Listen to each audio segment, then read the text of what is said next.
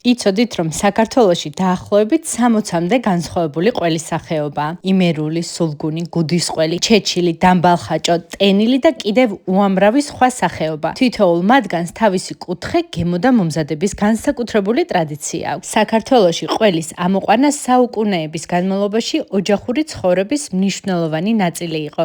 ეს მხოლოდ საკვების მომზადება არ ყოფილა. ცოდნა თაობიდან თაობას გადაეცემოდა და თითოეულ რეგიონში რძის დამუშავების საკუთარი მეთოდი ყალიბდებოდა. ყველაზე საინტერესო კი ის არის, რომ ყველის დამზადება ხშირად ქალების ტრადიციულ საქმედ ითვლებოდა, ხოლო მწყემსები მთაში საკუთარი მეთოდებით ამზადებდნენ ყველს. ზოგიერთ ყველს კი იმდენად განსაკუთრებული მომზადების ტექნოლოგია აქვს, რომ ეს ტრადიცია საქართველოს არამატერიალური კულტურული მემკვიდრეობის ნაწილიც გახდა. სწორედ ამიტომაც საქართველოში ყველი უბრალოდ პროდუქტი კი არ არის, ჩვენი ისტორიის და გემოს ნაწილია. ხო და ძალიან დიდი ხნის მანძილზე მეც მინდოდა ამ ტრადიციის ნაწილი ვყოფილიყავი.